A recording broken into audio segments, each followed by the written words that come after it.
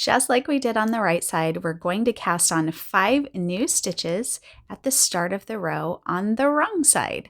And the process is pretty much the same. The only difference is that we're purling instead of knitting.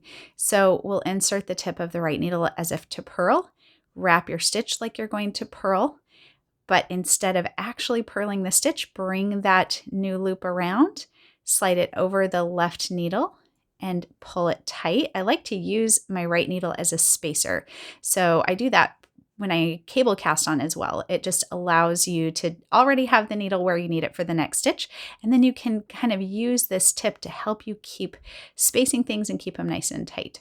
So then that's 1, then we'll do 2, 3, 4,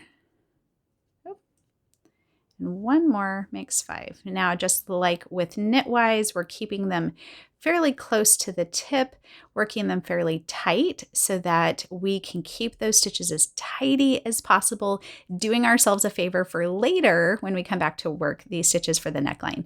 And then we're going to just purl across the new stitches, and same as before with when we did this on the right side, we're going to work close to the tips, pull nice and tight in between each new stitch. And I always insert the tip of my right needle into the stitch on the working needle, on the left needle, put it in there tight, and then pull. And then that way it gives you something to sort of use as leverage.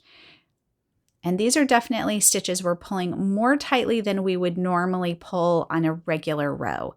But that is just part of the process of making sure these stitches are nice and tidy.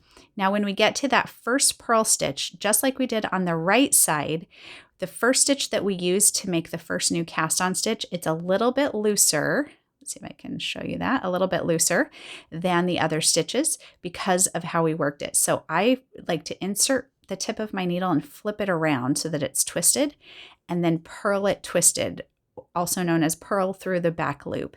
And that will allow you to firm up that stitch so there's not a gap, and it's going to create a nicer baseline for when you come back to pick up these stitches later for the neckline. So it's going to look really great. Practice it a bit. The more that you do it, the better you're going to get.